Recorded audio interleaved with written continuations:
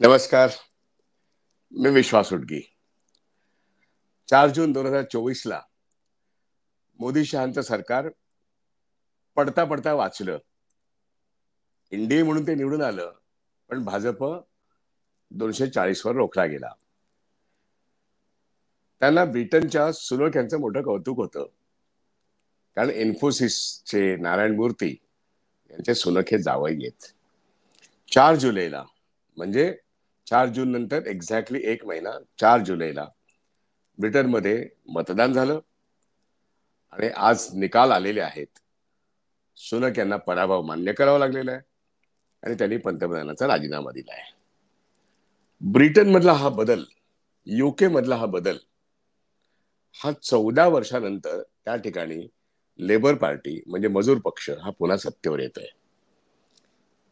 Britain आणि भारतामधला हा जो काही हाऊस ऑफ कॉमन्स आणि हाऊस ऑफ लॉर्ड्स किंवा ब्रिटनमध्ये दोनच महत्वाचे पक्ष आहेत, अन्य पण पक्ष आहेतच अर्थात, की कॉन्झर्वेटिव्ह पार्टी म्हणजे हुजूर पक्ष हा सत्तेवरती गेले 14 वर्ष होता आणि त्याचा पराभव करून आता लेबर पार्टी म्हणजे मजूर पक्ष सत्तेवर आलेला आहे. भारतात सुद्धा याच पद्धतीने लोकशाही, त्यामुळे लोकसभा आणि राज्यसभा म्हणून संसदीय लोकशाही म्हणतो, त्याचा पॅटर्न हा काही बऱ्याचशा प्रमाणात हा ब्रिटनकडून आलेला आहे. आणि ब्रिटिशांचं आपल्यावरती राज्य होतं. मुद्दा आता इथे असा आहे की 4 जुलैला सुनक सरकार पडलेलं आहे. 750 हाऊस ऑफ कॉमन्स म्हणजे आपली लोकसभा आपण म्हणू, तिथे 326 या मताला 50% एक वॉटरमार्क आहे, जसं आपल्याकडे 272 आहे. या ठिकाणी हाऊस ऑफ लॉर्ड्स आणि हाऊस ऑफ कॉमन्स मध्ये हाऊस ऑफ कॉमन्सची निवडणूक ही लोक करतात आणि ते नंतर हाऊस ऑफ लॉर्ड्स निवडून आणतात. इथे मुद्दा असा आहे की 50% पेक्षा कमी मतं मिळाली आणि म्हणून हुजूर पक्ष याचा पराभव झालेला आहे आणि पंतप्रधान पद यांना सोडावं लागलंय. नवीन येणारे पंतप्रधान हे क्रॅमर हे आहेत, ते विरोधी पक्षाचे नेते होते आणि त्या ठिकाणी 14 वर्ष जो मजूर पक्ष मुख्य विरोधी पक्ष होता आणि लीडर ऑफ द अपोजिशन जे होते क्रॅमर, ते आता पंतप्रधान बनणार आहेत. त्यांचं वय जास्त नाहीये, त्यांनी नुकतीच 60 पूर्ण केली आहेत. नामवंत वकील म्हणून त्यांनी काम केलं असलं तरी त्यांनी कित्येक वर्ष राजकारणात घालवली आहेत आणि या या मजूर पक्षाचं जे राजकारण आहे हे पूर्वीच्या मजूर पक्षापेक्षा अधिक डावं आहे. पण ह्यांचं श्रेय एवढंच आहे की ते अधिक डावं राजकारण न करता हे आपल्याकडच्या काँग्रेस पक्षासारखं एक मध्यम मार्गी राजकारण ते करतायत. या ठिकाणी त्यांना 364 पेक्षा जास्त मतं मिळतील असं आता दिसतंय.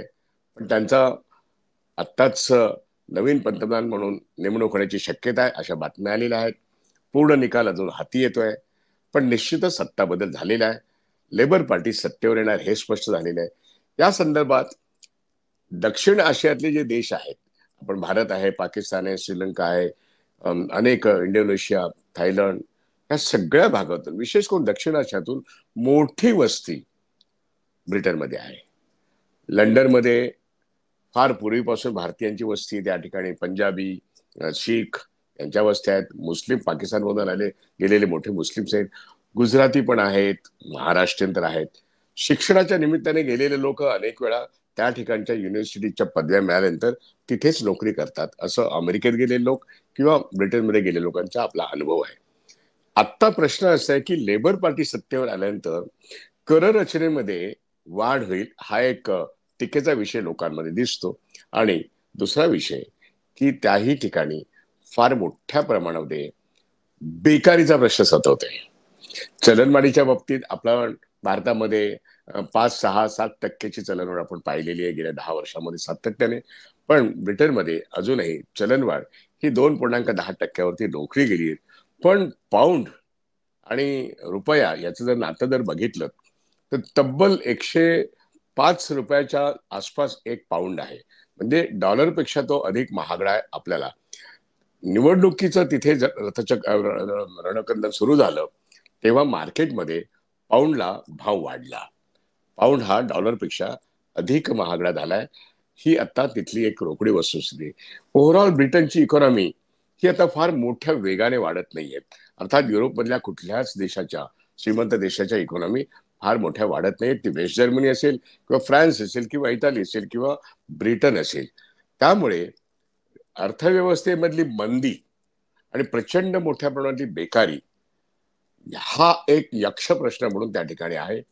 आणि आशियातून किंवा विशेष करून दक्षिण आशियातून जे लोक त्या ठिकाणी गेलेले आहेत त्यांनी अनेक व्यवसायांमध्ये जम बसवलेल्या आहेत आणि अनेक नोकऱ्या सुद्धा त्यांनी ताब्यात ठेवल्यात. त्यामुळे त्याही ठिकाणी इमिग्रेशनचा जो प्रश्न आहे, बाहेरच्यांना आता प्रवेश किती द्यायचा, हा मुद्दा जसा अमेरिकेत तीव्र झालेला आहे, तो ट्रम्प यांनी केला होता. ते जेव्हा अध्यक्षपदाचे मागच्या वेळेस निवडून आले तेव्हापासूनचा हा प्रश्न की no more global now it is for locals, अशा तऱ्हेची भाषा त्यांनी केली होती. ब्रिटनमध्ये सुद्धा अशा तऱ्हेची भाषा आहे. त्यामुळे इमिग्रेशन पॉलिसीमध्ये आता लेबर पार्टी सत्तेवर आल्यानंतर काही फरक पडेल असा एक प्रश्न आहे. दुसरा प्रश्न, त्या ठिकाणची कर रचना, याच्यामध्ये आता कर वाढतील अशा तऱ्हेने दोन महत्वाच्या गोष्टी त्यांना भेडसावत आहेत. पण लोकशाहीमधले मूळचे जे प्रश्न आहेत याबद्दल मात्र हुजूर पक्ष असो किंवा मजूर पक्ष असो, हे जनतेला ग्वाही देत आहेत की आम्ही तुमचा आवाज बनवून काम करू. आम्ही निवडून आलो असलो तर आम्ही ज्यांनी आम्हाला मत दिलं नाही त्यांच्यासाठी सुद्धा आम्ही काम करू, असं क्रॅमर जे नवीन पंतप्रधान होऊ पाहत आहेत त्यांनी आत्ताच काही काही काही म्हणजे काही मिनिटापूर्वीच त्यांनी हे सांगितलेलं आहे. मुद्दा असा की 650 या संख्येने असलेल्या हाऊस ऑफ कॉमर्स मध्ये आता मेजॉरिटी म्हणजे जवळजवळ 350च्या वर या सीटा यांच्या जात आहेत मजूर पक्षाच्या, लेबर पार्टीच्या. आणि त्यांनी एक मध्यम मार्ग स्वीकारला. म्हणजे काय, आपण बघतो की संपूर्ण जग आता विशेष करून भांडवलशाहीमध्ये जी अत्युच्च अवस्था अमेरिका, दक्षिण अमेरिका, युरोप, त्यात ब्रिटन या ठिकाणी भांडवलशाही नांदते. पण जो काही उदारीकरण जे आपण आता 30 वर्ष 32 वर्ष भारतात उदारीकरणाचे दुष्परिणाम पण पाहतो आणि काही चांगले परिणाम पण पाहतो. पण बरेचसे दुष्परिणाम या देशातल्या लोकांच्या क्रयशक्तीवरती झालेत, रोजगारावरती झालेत, राहणे व्यवस्थित झालेत. काही लोक खूप मोठे श्रीमंत होतात, बहुसंख्य गरीब आहेत. या ब्रिटनमध्ये सगळ्या जगभर त्यांचं साम्राज्य होतं. हे साम्राज्य खालसा झाल्यानंतर गेल्या जवळजवळ 70 ते 75 वर्षापेक्षा जास्त कालखंड या ठिकाणी ब्रिटनची जी काय अर्थव्यवस्था आहे हे सातत्याने दर 10 वर्षांनी संकटात सापडते, असं एक चित्र आहे. आपण मार्गारेट थॅचर ह्या हुजूर पक्षाच्या ज्या नेत्या होत्या, यांचा थॅचरिझम म्हणजे पूर्ण उदारमतवाद हा एक प्रकार आपण पाहिला. हीच गोष्ट निक्सन यांनी पण केली होती.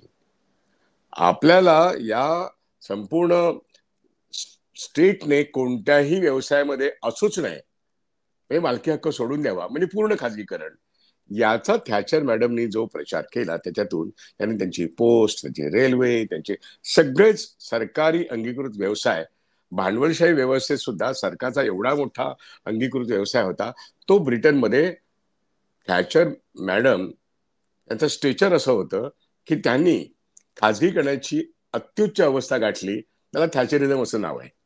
त्यामुळे उदारीकरणामध्ये निओ लिबरलिझम याचा उत्कर्षाचा बिंदू म्हणजे थॅचरिझम. आणि त्यावेळेस काही मुठभरांची संपत्ती प्रचंड प्रमाणात वाढली, पण गरिबांची पण संख्या वाढली. त्याच्यातून सावरता सावरता सावरता आज पुन्हा एकदा रेल्वे, पोस्ट आणि अनेक पब्लिक सर्व्हिसेस हे ब्रिटनला आपल्या सरकारच्या अंडर असावेत, हा जनतेच्या दडपणाखाली त्याला हे करावं लागलं. पण खाजगी गुंतवणूक निव्वळ नफ्यासाठी या ठिकाणी यायची आणि त्यांनी ते यशस्वीपणे कुठलेही पब्लिक सर्व्हिसेस प्रायव्हेटायझेशन झाल्यानंतर सुद्धा ते नीटपणे चालवू शकले नाहीत, म्हणून सरकारला हस्तक्षेप करावला. थॅचर मॅडमचा पराभव पण त्यांच्या कालखंडात झाला. आणि त्यानंतर अशा तऱ्हेचे एक प्रश्न आले की रेग्युलेशन. भांडवलशाही अर्थव्यवस्थेमध्ये लिबरलायझेशनचा कार्यक्रम आखताना रेग्युलेटेड इकॉनॉमी असावी आणि होय मार्केट सुद्धा रेग्युलेटेड असावं. आणि म्हणून प्रश्न असे निर्माण होतात की आता बँक ऑफ इंग्लंड आपल्यासारखी रिझर्व्ह बँक ऑफ इंडिया ही संविधानात्मक निर्माण झालेली संस्था आपल्याला माहिती आहे. पण बँक ऑफ इंग्लंड असो किंवा अमेरिकेची फेड रिझर्व्ह असो, ह्या ह्या खाजगी संस्था आहेत, परंतु काही नियमांच्या अंतर्गत त्या निश्चितपणे अत्यंत प्रोफेशनली काम करतायत. पण काळच असा कठीण आलाय की जगणं फार अशक्य झालंय. आज महागाई जरी 2.10 म्हणजे टक्के हे जरी रोखलेलं असलं इन्फ्लेशन, तरी त्या ठिकाणी व्याजदर हे हा एक यक्ष प्रश्न आहे. भारतात त्याचं प्रमाण जे आहे त्या मानाने सगळे कमी व्याजदराच्या ह्या युरोपियन इकॉनॉमीज आहेत. तो एक महत्वाचा प्रश्न आहे. गुंतवणुकीला परतावा न मिळणं हा एक महत्वाचा प्रश्न आहे. आणि नवीन गुंतवणूक न येणं ब्रिटनमध्ये हाही प्रश्न त्यांना सतावतोय. नवीन रोजगार निर्माण होत नाही हा सर्वात मोठा प्रश्न सगळ्याच भांडवलशाही देशामध्ये आहे आणि तो ब्रिटनमध्ये प्रमाणाबाहेर आहे. त्यामुळे बाहेरून येणारा जो भारतीय असेल, पाकिस्तानी असेल, श्रीलंकन असेल, नेपाळी असेल किंवा अन्य थायलंड किंवा बँकॉक, इंडोनेशिया इथून आलेले लोक असतील, तैवान, हाँगकाँग इथून आलेले लोक असतील, यांना त्या ठिकाणी राहणं, एखाद्या वेळेस नोकरी मिळाली तरी त्या ठिकाणी राहणं हे महागडे आहे. आणि त्या ठिकाणी त्यामुळे नोकरीसाठी रिक्रुटर्स जे असतात ते या नवीन तरुणांना नाडतात सुद्धा. तिथे व्यवसाय करणाऱ्यांवरती प्रचंड टॅक्सेशन आहे. आणि मग शिक्षण व्यवस्था आणि आरोग्य व्यवस्था ती जरी ती अतिशय चांगली असली त्याच्या ती न परवडणारी आहे असा एक मोठा प्रश्न ज्यांना रोजगार नाही त्यांच्या दृष्टीने ते आहे. त्यामुळे रोजगार नसेल तर लंडन आणि ब्रिटनमध्ये राहणं ही अत्यंत कठीण गोष्ट आहे. ज्यांना चांगले पगार आहेत अर्थात त्यांच्या दृष्टीने लंडनला राहणं किंवा ब्रिटनमध्ये राहणं ही एक खूपच ध्येयवादाची गोष्ट नवीन शिकलेल्या तरुणांना असू शकते. परंतु अनेक पिढ्यानपिढ्या राहिलेल्या लोकांना सुद्धा आता तिथलं जगणं हे अत्यंत महागडं वाटतंय असे प्रश्न आहेत. त्यामुळे आपलं घर नसेल तर त्या ठिकाणी प्रवेश मिळणं कठीण आहे आणि प्रवेश मिळाला तर जगणं कठीण आहे अशा तऱ्हेची अवस्था आहे. पण तरीही या भांडवलशाही देशामध्ये आरोग्य व्यवस्था ही अतिशय उत्कृष्ट आहे. अजूनही रेग्युलेशन, नियम, सरकारी पोलीस यंत्रणा, लॉ अँड ऑर्डर अतिशय चांगली आहेत. याचे कमीत कमी म्हणजे तंटे दिसतील. पण अशा एक आता एक म्हणजे जगातून अनेक प्रवाह येऊन लंडनला मिळतात किंवा ब्रिटनमध्ये पण मिळतात. त्या ठिकाणी एकूण वस्ती जर बघितली तर 6.5 कोटीची आहे. आपल्यासारख्या मोठमोठ्या रॅलीज या आपल्या आपल्या इलेक्शनमध्ये मोदींची रॅली, राहुल गांधींची रॅली आपण बघितल्यात. त्या अक्षरशः हजारोंच्या संख्येने असतात आणि ठिकठिकाणी होतात. पण या ठिकाणी रॅली नावाचा प्रकारच होत नाही. लोकांना गल्लोगल्ली घरोघरी जावं लागतं. आपला मुद्दा समजावून सांगावा लागतो. आणि म्हणून शिक्षणाचा प्रसार हायएस्ट असल्यामुळे चांगल्या दर्जाचं शिक्षण घेऊन ब्रिटिश नागरिक तयार असल्यामुळे ते प्रश्न विचारतात, विरोध प्रकट करतात, मतप्रदर्शन करतात आणि सत्ताधाऱ्यांना ते ऐकवू शकतात. ही तिथली लोकशाही आहे. आणि म्हणून प्रचार करताना रॅलीज होत नाहीत फार मोठ्या, हॉलमध्ये सभा होत असतात, परंतु आपल्या सपोर्टर्स सहित त्या त्या ठिकाणी लोकांपर्यंत जाणं ह्यांना हे करावं लागतं. त्यामुळे जनसंपर्क असेल तोच मनुष्य हा पॉप्युलर होतो. सुनक आपल्या नॉर्दॅम्प्टन मधून निवडून आले असतील पण त्या भागातले सगळेच लोक हुजूर पक्षाचे पराभूत झालेले आहेत. त्या ठिकाणी मजूर पक्षाचे लोक निवडून आलेले आहेत. आणि ओव्हरऑल मजूर पक्ष आता खूप जोरात 14 वर्षानंतर पुन्हा एकदा सत्तेत आलेला आहे.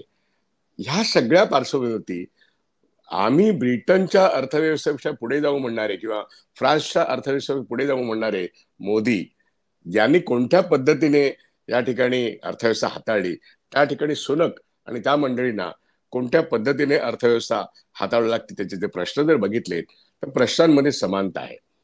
एकूण त्यांच्या जीडीपीचा साईज हा प्रचंड मोठा आहे. नाही म्हटलं तरी जवळजवळ 20 ते 21 ट्रिलियन डॉलरची ही इकॉनॉमी आज ब्रिटनची आहे. ती मोठी आहे. आपण अजूनही 5 ट्रिलियन डॉलरच्या गप्पा मारतो. मार्केटमध्ये सट्ट्यामुळे मार्केटमध्ये 5 ट्रिलियन ची मार्केट कॅपिटलायझेशन आहे, म्हणजे भांडवल गुंतवणुकीचं शेअर्सची व्हॅल्यू आहे असं म्हणता येईल फार तर आपल्याला. कारण आपण आता जवळजवळ 79,000 ते 80,000 पोहोचलेलो आहोत. पण आपली इकॉनॉमी ही 5 ट्रिलियन डॉलरची कधी काळी होईल, ती 2035 मध्ये होईल का ते पाहणं बघावं लागेल आपल्याला. मुद्दा असा की अशा गप्पा मारणारं सरकार आपण आपल्याकडे बघतो, पण त्या ठिकाणी ऑलरेडी एवढ्या 6.5 कोटीचा छोटासा देश, जगभर राज्य केलेला आता राज्य बरीचशी खालसा झाली. त्यामुळे त्यांची उत्पन्नाची साधनं ही त्यांनी निर्माण केलेली त्यांच्या मल्टीनॅशनल कंपन्या ज्या आहेत त्यांचं आणि देशांतर्गत जे काही उत्पन्न आहे ते बरंचसं त्याच्यावरती एक प्रभाव पडतोय. आणि अशा वेळेस पाऊंड अत्यंत महागडा आहे, डॉलरपेक्षाही पाऊंड महागडा आहे. डॉलर आणि रुपयामधला विनिमय दर जर बघितला तोही स्पर्धात्मक आहे. तिथे स्पर्धेला खूप महत्व आहे. पण त्या ठिकाणी न्यू लिबरलायझेशनची जी काही पॉलिसी आहे ती सगळ्याच गोष्टी आता खाजगी हातानेच बघायच्या, या गोष्टीला ब्रिटनमध्ये खूप मोठा फटका बसलेला आहे.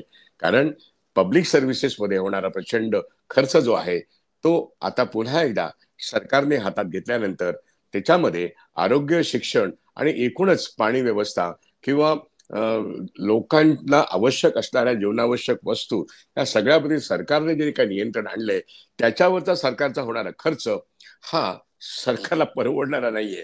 ते एक आव्हान अर्थातच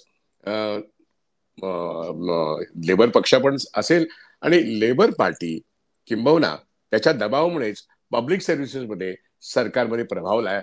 पण शेवटी भांडवलशाहीला उत्पन्नाची साधनं आणि खर्चाची साधनं याचा जर मेळ घातला नाही तर कुठलीही भांडवलशाही व्यवस्था ही संकटात सापडते. फक्त एकच आहे की भांडवलशाही व्यवस्था आपापल्या भांडवलशाही मित्रांच्या आधाराने आणि आता जी काही फायनान्स कॅपिटल किंवा वित्तीय व्यवस्थेचं जे काही राज्य जगभर आहे त्या आधारे ब्रिटन अजूनही भांडवलशाहीमध्ये एक प्रभावी भांडवलशाही देश आहे, हे आपण विसरून चालणार आहे. न्यू लिबरलिझमचे टीकाकार जगभर आहेत, होय, पण न्यू लिबरलिझम आजही टिकून आहे. किंबहुना वित्तीय व्यवस्थेमध्ये फायनान्स कॅपिटल तो टँजिबल नाही आहे. बँकांमधले पैसे, इन्शुरन्समधले पैसे, कंपन्यांमधले शेअर्स आणि अन्य गुंतवणूक हे टँजिबल किती आणि इनटँजिबल किती असा जर प्रश्न विचारला तर आत्ताच्या या मार्केट इकॉनॉमीमध्ये इनटँजिबल फायनान्स कॅपिटल हे billions and billions of dollars आहे. त्याच्यावरती कब्जा अमेरिका, ब्रिटन, फ्रान्स, जर्मनी यांच्यासारख्या मोठ्या प्रभावशाली G7 या देशांचा आहे आणि तेच जगावरती राज्य करतात. त्यामुळे ब्रिटन 6.5 कोटीचा देश, त्या ठिकाणी बदल जरी लेबर पार्टी आली तरी इकॉनॉमिक स्ट्रक्चरमध्ये लेबर पार्टी फरक करू शकणार नाही. वेलफेअरिझम मध्ये एक पाऊल ते पुढे टाकू शकतील. वेलफेअरिझम म्हणजे समाजवाद नव्हे, पण भांडवलशाही व्यवस्थेमध्ये लोकांसाठी काही योजना करणं आणि लोकांना जगण्याचा आधार निर्माण करणं एवढंच वेलफेअरिझम. जे चांगलं करतात त्यांच्याविषयी चांगलं बोललं जातं आणि म्हणून मजूर पक्ष आणि हुजूर पक्ष यांच्यामध्ये मूलतः जरी फरक नसला तरी वेलफेअर ऍक्टिव्हिटीवरती जास्त भर देऊन मूलभूत गरजा ज्या माणसांच्या आहेत त्याबद्दल लोकशाही व्यवस्थेत त्यांचे अधिकार सुरक्षित ठेवणारी अशी ही मध्यवर्ती पक्ष मजूर पक्ष आहे. आणि म्हणून तो समाजवादी पक्ष अशातला भाग नव्हे. कम्युनिस्ट पक्ष असूच शकत नाही, परंतु त्या ठिकाणी कम्युनिस्ट पक्ष आहे, त्या ठिकाणी अन्य समाजवादी गट पण आहेत, त्या ठिकाणी अन्य रॅशनल गट पण आहेत, परंतु मजूर पक्ष हा मध्यवर्ती विचाराचा आहे. आणि लक्षात ठेवा, मजूर पक्ष हा भांडवलशाही व्यवस्थेतला वेलफेअर ऍक्टिव्हिटीमध्ये अधिक गुंतवलेला असा हा पक्ष आहे. आपण त्याच्याशी बोललं गेलं पाहिजे. आपल्यामध्ये जेव्हा भांडवलशाही व्यवस्थेचे अनेक प्रवर्तक भारतामध्ये मोठमोठ्या पद्धतीने मुक्त भांडवलशाही म्हणता म्हणता मोकाट भांडवलशाही म्हणजे आधी आणि अंबानी आणि अदानी आणि मोदी शहा यांचं राज्य म्हणजे मोकाट भांडवलशाही. ती मुक्त भांडवलशाही पण नव्हे, ती मोकाट भांडवलशाही आहे. या ठिकाणी एक लिबरल इकॉनॉमी ब्रिटनमध्ये आहे, फ्रान्समध्ये, इटालीमध्ये आहे आणि भारतातली इकॉनॉमी ही कशी एक क्रोनी कॅपिटल आहे किंवा क्रिमिनल कॅपिटलिझम आहे. याकरता आजचं हे युकेचं इलेक्शन जे आहे या ठिकाणी एक मोठा बदल 14 वर्षांत झाल्यामुळे मला असं वाटलं की विश्वास मत या कार्यक्रमामध्ये अजून पूर्ण निकाल आलेले नाहीयेत. पण तो काही ठळक ब्रिटनविषयी आपल्याला काय वाटतं? ब्रिटनविषयी अनेक लोकांना प्रेम पण आहे, अनेक लोकांना असूया पण आहे. पण या ठिकाणी जे विद्येचं पण माहेरघर आहे, कारण का लंडनला भारतातले अनेक लोक शिकून डिग्र्या घेऊन डॉक्टर्स, इंजिनियर्स आणि अनेक क्षेत्रामध्ये भारतात येतात, त्याही ठिकाणी राहतात. नोबेल प्राइज विनर्स संपूर्ण ब्रिटनमध्ये खूप आहेत. असा एक चांगला देश ब्रिटन. अनेकांना वाटतं की आपण तिथे जावं, पण तिथे आता जाणं किती कठीण आहे दक्षिण आशियाच्या लोकांच्या देशाशी. त्यामुळे विद्यार्थ्यांना पण प्रश्न आहे, नोकऱ्या मिळण्याचा पण प्रश्न आहे आणि त्या ठिकाणी होणारे स्कॅम्स आहेत हे सुद्धा बाहेर येत आहेत. अशा वेळेस एक सत्तांतर जे घडतंय त्या निमित्ताने एक ढोबळ रूपरेखा तुमच्यापुढे मांडणं एवढ्याच उद्देशाने मी हे मांडतोय. आपण ब्रिटनमध्ये आणखीन काय काय बदल होऊ शकतात किंवा झाले पाहिजेत, भारतीयांच्या काय अपेक्षा आहेत, याबद्दल सुद्धा पुन्हा एकदा भेटूया. आणि विश्वास मत या कार्यक्रमामध्ये हा जो व्हिडिओ आहे हे एक माझं पहिलं ऑब्झर्वेशन मी तुमच्यासमोर मांडलंय. पण पुन्हा आपण भेटूया. आणि हा व्हिडिओ आवडला असेल तर निश्चितपणे तो लाईक करा, शेअर करा आणि मॅक्स महाराष्ट्राचे सबस्क्राईब व्हा. धन्यवाद. इथेच थांबतो.